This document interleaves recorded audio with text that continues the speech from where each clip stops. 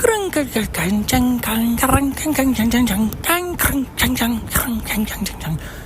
is the sound of the macaroni being crunched inside the box that I used today to write a lot of these messages down to be able to recall this podcast episode and the contents that it entails. It is the news. Welcome to the news. Welcome to the news. Welcome to the news. So in today's episode, we've got a little bit of interesting conceptual reflection and conceptual conceptions to be able to move into and considering how to proceed in today's episode. Thanks for joining. We met Fortech here today. Yeah, that was cool in Brooklyn. All right, good times. Yeah, just passing along. It was kind of good times because it's just a similar energy, a similar music-making persona who's way more seasoned and has many years in the music business, which is awesome. Super cool to just kind of connect with that conceptual energy. Anyhow, getting back to the macaroni box. What today's episode is primarily about is acknowledging the essence of the nature of the global economy. The global economy is a significantly interesting structure that has to do with every human being in the world and also every cell that's in every human being in the world. We're all one giant game of finance after all, and it's like a pretend game when we try to pretend that we're not a part of that game after all, that all human beings are not connected. It's just a matter in many ways of supply and demand, and although that sounds basic, there's a whole lot of scarcity outside in countries outside of the US, for example, and there's so many needs for so many things, and so many people are so without so many things. And so, for example, the reason it's worth mentioning it to conceptualize these kind of things is because on the front end of this podcast and the front end of this mentality is that if everybody in the world, or everybody in the richest nations, for example, lived literally in this current day and age, if tomorrow they flipped a coin, they flipped the page, in other words, into tomorrow, and all of a sudden they just lived off of the bare minimum, the bare singular minimum of every single thing in the world that they would just need to get by, that in essence, and they wanted to give away everything else in the world to everybody else in the world, that would be significant in many ways. So let's just play that out. That pretend conceptual analogy. Let's consider that basically there's a lot of waste in the world in today's day. So when we take that figment of imagination, we make it reality. That first of all, the first thing about that is that it draws upon how gluttonous so many people are in so many ways, in so many significant aspects, where the nature of the economy in the current day today, in my opinion, that's what it's a significant reflection upon as well, is that the current day economy in today, it reflects upon selfishness, it develops selfishness, it causes selfishness, it promotes, in the most underlining sense, selfishness, because selfishness is the nature of winning the game of today's economy, in essence, where if you win the game, you are the top person and you earn the most and you hold all the chips, and as a result, many people below that don't hold all the chips, and this is all economic energy. So when this is broken down, it's like significant energy in comparison and contrast of who holds the greatest portions of the pies. And again, I think I said a couple days ago, or maybe even yesterday, that 45% of the wealth in the world is held by like the top 1% of the people that have the top 1% of the wealth in the world. And that is pretty interesting, I guess you could say, especially when it comes down to the basic human necessities, the basic human mechanics. And by the way, there's still a lot of concession involved in this podcast, in this mentality, in this message, because there's a lot of history involved in this whole process of our whole economy as it is today, which has to do with a lot of waste, a lot of gluttony, a lot of people hoarding a lot of assets for reasons which are not necessarily perfectly unknown because of past the way that incentives are set up in the past for the economy to flow, but in the way that things are, and the way that things are structured. To get back to the original example, if everybody just removed everything that they did not need necessarily to live, to exist, to breathe for tomorrow, into tomorrow, which entails probably a meal tomorrow, it involves an outfit tomorrow, and it involves air in their lungs tomorrow to be able to exist tomorrow. And even, we'll just leave it there in the meantime. So with that all in mind, that mentality in mind, in other words, that could change the world instantly if everybody wanted to give away, even for one day, if everybody wanted to give away their costs, their whatever those things were, if they just, it was called Scarcity Day, it was a holiday for the whole world, and it was an effort to raise money for the poorest countries in the world, an effort to raise money and awareness for every poor singular person that's in the world, that's deprived, that's not known to exist, that's not known on social media because they don't have the awareness or the capability to develop awareness or draw any kind of awareness because they don't have technology to be able to do so. They lack basic technology, while other people on the other side, it's a vast difference, obviously, clearly. So the point being is that if this sacrifice was made, that it could change the world drastically, and so therefore the greatest thing that draws upon is the ability to be able to sacrifice and make significant change by being able to acknowledge the equation and the skewed equation that happens in the world today, as it is today, because this can draw upon significant philanthropy energy when this equation is drawn upon, when these numbers are drawn about in the mass media scale sense, as opposed to selfish economies wanting more sales. They just want to focus everyone on more sales, and the significant bottom line about that is they want everybody to waste all of their money. They want everyone to spend all of their paycheck. They want everybody to spend all of the money that they have significantly into other businesses so that it goes into other businesses' pockets and everybody continues the greed loop. It's a gluttony loop. In other words, it's a gluttony loop in essence, because the essence of materialism in of itself, the thing that perpetuates many economies, that perpetuates many aspects of sales and finance, in essence, is the essence of sales, which has to do with gluttony and being able to leverage the essence of gluttony and having too many materials and materialism, blah, blah, blah, blah, blah, to be able to continue to populate the cycle as it has been in the past. But in the future, things are obviously changing, and this isn't even the primary message realistically of this podcast. The main message of this podcast, the main purpose is two things of this podcast, which is basically the essence of being able to invest more and being able to grow more and be able to actually get more money, get more monetary energy by being able to invest more. After all, and that has to do with also like having somewhat of a scarcity mindset, because if you have enough of a scarcity mindset, if you have enough, it's like two-sided. If you have enough of a scarcity mindset, you can invest more, which means you can earn more, you can make more economic energy, you can make more monetary energy if you invest more. If you not just save more, but you invest more, meaning you don't spend more on gluttony, you don't spend more on thinking, oh, I need to splurge or I need to spend this paycheck because I have it type of a mentality, and then you can invest more, and that can help economies, that can help places that are trying to solve problems in the world through companies that are doing the best impact and things of this nature, that through impact investing, for example.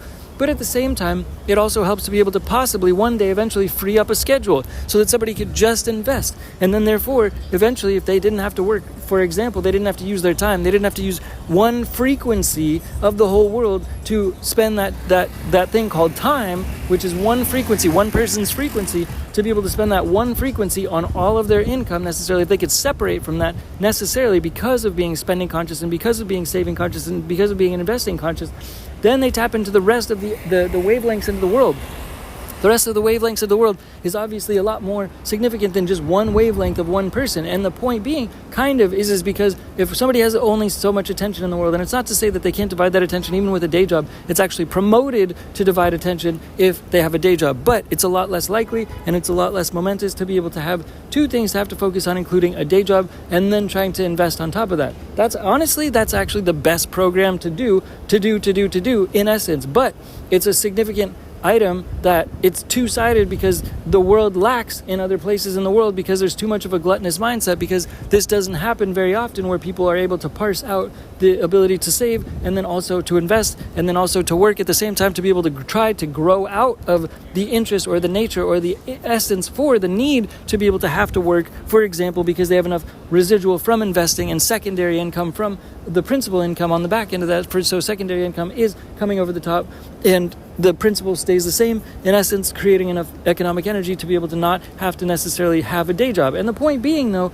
of that is to actually swim into the frequencies of the world that has to do with economic frequencies around the whole world. And having that mentality, that mindset, it's just like it's like a new wavelength to be able to be on also. And it's worth it to be able to wish that upon more people as well, because it not only helps improve the whole world to be more conscious about all the wavelengths in the world, but it causes someone to be an investor. If they're a full-time investor, they don't have to spend all of their attention and time and focus and energy in just spending that for the most part on one single job, because most of the time people, when they leave that job, they go home and they use that they put that one frequency, which is their time and their attention, that's one frequency, to be able to put all that focus on one time and energy job in one day, that basically causes them typically, most of the time, from what I've understood, to tune out after that job is over. So they tune out their attention and that frequency, and they do not invest it into assets, or they do not try to grow their wealth beyond that. And the point being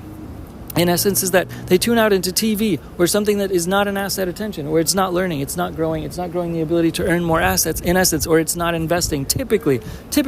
And that's not the point. That's not necessarily the point. The program, my favorite and most advisable program, is to be able to leverage day jobs 100%, literally condone still the day job after all, because it holds also one into a collective ability to feel inclusion within a similar group mindset, which is healthy after all. So nothing wrong with a day job actually necessarily, but it's the prevention from being able to acknowledge all the frequencies in the world and that swimming pool of significant energies in the whole world, which has to do with assets, which means choices of things, of places where to put money, choices of where and how to be able to try to influence the world, choices of where to look beyond just whatever's in front of you, which is typically what a day job causes, to just try to be clear about what I'm actually getting at. I'm not talking about a day job being bad for the reasons that I just mentioned. It's the opposite. It's the opposite of them being a distraction, unfortunately, for the most part, from all the frequencies that are in the world necessarily, and all the asset frequencies in the world. And there's a couple layers of asset frequencies as well in the world. There's the public markets, for example, which are the most typical ones for the most part that everybody knows about for the most part, typically. And then underneath that is something called the private markets, which is basically not as well talked about at all, but it's really pretty much obvious, and it's the companies out there in the world that are not on the public stock market, and that's pretty much obvious. Like, there's a whole heck of a lot of them, so that's pretty much obvious, and those companies can be invested in sometimes. But in my opinion, there's also one third layer, which is like the dirt. It's like the dirt level of like growth, where you're putting seeds into the dirt and you want things to grow out of there. That's called seed and pre-seed, but realistically, in my opinion, that's just the word of pre-seed. It all falls under the category of pre-seed, because in investing, there's also a category called seed. A seed round has to do with basically still the private company sector, the small company sector, etc., so forth, yada, yada, yada. So the pre-seed round is basically like it doesn't exist. So pre-seed is the side before the soil, before a seed is planted. In essence, that's where ideas form. That's a significantly important, significant realm of existence of energy that is not acknowledged on a typical basis. The pre-seed realm is a significant realm because that's where ideation, that's where creation can exist. That's where manifestation, creation, it's not talked about as an energy source, as a format. It's typically just the public and the private markets in terms of investing. But in terms of investing time, effort, and energy into this podcast, for example, you're also investing time, effort, and energy into the pre-seed realm of thinking, of mindset, of manifestation. That is what we're talking about in today's episode, in essence, and a certain regard, is the pre-seed realm of existence, which is non-existence. It's the conceptualization of existence, which is pre-seed. You're thinking about planting a seed. It's even before the seed is planted, you're just thinking about planting the seed. You're like, oh, I need to go to the store, I need to get a plot, I need to get soil, and I need to get a seed all at the same time. Those are three things, and that's just an example of the necessity to be able to develop energy, to make energy happen. That's three different ingredients to make energy happen. And that's one of the most simple ingredients, obvious, very just hopefully transparent examples to be able to try to break through the concept of concepting the ability to try to put energies in a similar place to be able to make new energy by packaging. And by the way, if you're ever an investor, if you become an investor, if you ever invest, if you eventually want to focus on investing like this podcast is promoting, so typically is basically that you have a portfolio, and every single day that portfolio probably may or may not take a bit of your attention, but regardless, it's working on its own. It's an existing entity that is working on its own energy, on itself, by itself, and those also energies are working together. So those also either have a piece of your attention, or regardless of your attention, they're all sort of working together as a portfolio and in the economy together in a certain way. So by you actually buying things in a certain way, or a certain order, or a certain thing, a collection of certain items, it actually has an impact on the global economy of how those certain energies came together in a certain way. So the more that you strategize, the more you have an interest to have a collective, consolidated focus in specific industries, niches, or that you want to make a specific engine or vehicle based upon just the types of collections based on your taste. It's like going to a sundae store, a ice cream store, and having them put the right toppings on the top of your ice cream. Basically, it's something similar to that. Basically, your portfolio can be something as simple as that. But in the pre-seed realm, in the realm where you can develop energy necessarily, there's also the ability to get even more custom. It's like basically making a custom car as opposed to going and getting a kit car, which some companies make kit cars. Basically, it's like manufacturing your own parts and going to an engineer and having them print out CAD drawings to be able to specify the specific parts that need to go in specific places, and then engineering each of those parts and having a specific CAD company be able to chisel out each of those parts in a specific way. That is what the pre-seed realm of basically investing is, in essence, by just acknowledging a certain design, a certain development of conceptual potential energy that's just maybe cooler than what's ever existing in the existing world, or can add more value in the existing world by, by conceivably adding impact to the existing world. It's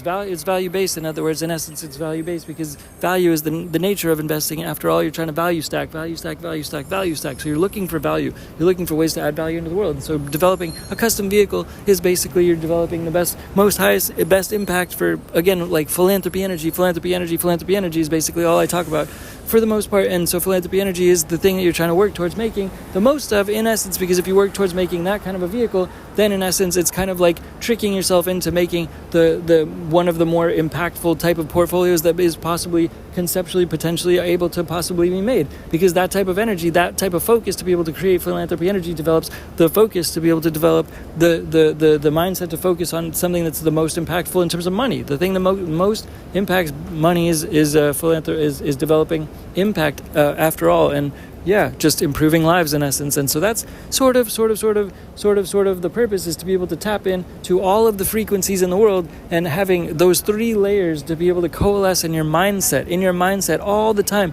because those frequencies are like all around in the world. And being able to tap into that is like being able to see infrared vision. Basically, there's certain aspects of vision that you can't see because to the human eye they can't be picked up. Apparently, Neuralink can help people see them in the future. The like infrared vision and like X-ray visions and things of this nature. There's wavelengths, there's frequencies in the air, and those are the types of frequencies that I'm talking about seeing if you're not necessarily needing one day to have a day job, because it's just amplifies the ability to focus on just more items in the world, and you're more coalesced into other aspects of the world that, in my opinion, are spiritual finance related, because it in an essence and in an element connects a person and a person's frequency, therefore more so with to coalesce a little bit more with the global frequencies that are out there in the world. And it's just like a little bit more unified and a unified feeling, and there's more compassion, there's more empathy for everybody, every single person in the world, more so because that's in essence the game that you're trying to play into, is trying to cause value to all human beings in the world to a certain degree, to at least try to amplify a portfolio value, to amplify monetary energy value, is in essence to be able to try to care about and cause the most value possible for the most people in the world, which in essence in turn is aka like a philanthropy energy amplification as well, through any means and vehicles that you're able to try to consolidate and amplify in essence. And on the flip side of this mentality is a completely different mentality in essence, which is having to do with more or less like the instance and the essence of acknowledging that life is in this crazy instance, but this is like the video game mindset a little bit at the same time. Like this is like a flip side kind of coin, but obviously you want to have safety to begin with, you want to have food to begin with, or at least have like food insurance, if you will, like to where, at the base level of this mentality, you sort of have a backdrop in the background to be able to fall back on, I guess you could say, one way or another, which is just minimums. It kind of comes back to the original thought of minimums, thinking about minimums, the bare minimums that you can possibly get by on, scrape by on. But the reality of what I'm actually talking about is the essence of zero, actually absolute zero. Like in a video game, for example, like this is a mentality that has to do with, in many ways, the way that people flow and ride and go about things in life. And this is why I say it's good to have the day job. Actually, this is the bottom line of why it's best or ideal to have a day job, is because after all, if you think about this mindset in this way, there are two sides to it actually, but realistically, it doesn't even necessarily matter. I'm just talking about going to zero, and the essence of life, as not exactly a game, but in the essence of a game where you are literally able to just lose, in a video game. If you get to game over, a lot of people have this feeling, there's this mentality. First of all, I meant to say that life is like winning the lottery. That's what I meant to say, and this is credited to somebody named Steve, who I crossed paths with today. So life is like winning the lottery, right? So it's you have very, very limited odds to even win. And just to exist, and win. And if you can embrace this mindset, I think it's very powerful, significantly, because if you can just feel that way, you've won the lottery just from life. If you walk around, you look at the trees, you smell the plants, and you touch things and walk around very strange to everybody else because you're solo and you're in your own mind appreciating life and such things in this way, then it sets the base and the tone for understanding that like there is no loss literally in this game conceivably of investing. And this is, I think, kind of powerful-ish.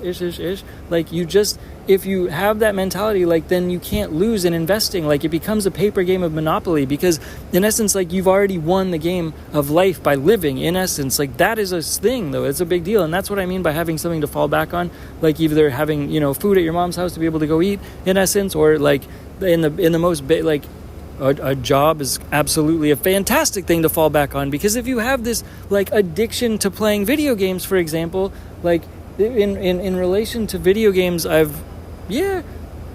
whatever. So if you're playing a video game and then you lose in the video game, there's this conception that people will actually die. This is crazy to even say it this way specifically, but in terms of a purely investing sense, the way that it's talked about by many people that I've even that I have had an instance of speaking with in the past, of just referring to the nature of investing, the concept, the mentality, the mindset that is typical in the water for investing, is that the nature of the concept is that if they lose money, that they will die in the end. If they lose it all, that they will die, which is absolutely the most peculiar thing I've ever heard in my life. And it stems from the first part, which is that life is in itself like winning the lottery, from Steve.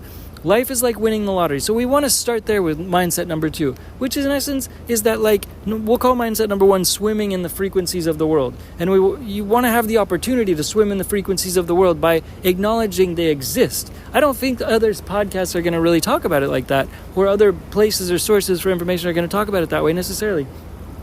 Like swimming in the other frequencies in the world, like as assets necessarily, especially in the pre-seed realm, because that's where you're swimming in your mind and you're putting parts together just by, ChatGPT is a huge leg up in this realm, especially in the pre-seed realm, because it can help just put a lot of different parts together without you even having to think beyond an initial thought. And that's a huge mention and shout out for ChatGPT even of itself, because the pre-seed world is not, as commonly thought of as a realm for conceptual investment necessarily, because it can help invent by having the right ingredients, putting the right ingredients together.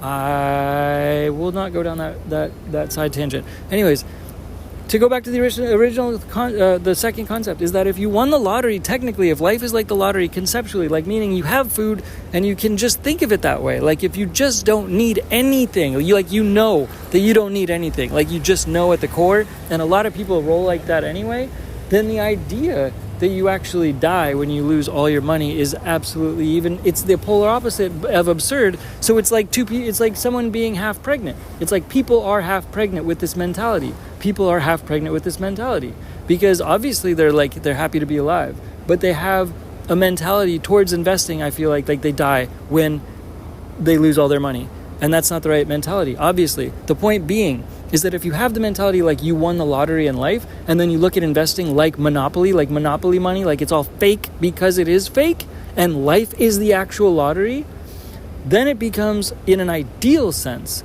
where you can just throw everything at the wall all the time and just go crazy in investing. As long as you do everything legally, that you become an insane man in terms of investing, or woman. You become insane in terms of investing. You become the type of person that everybody else would call insane.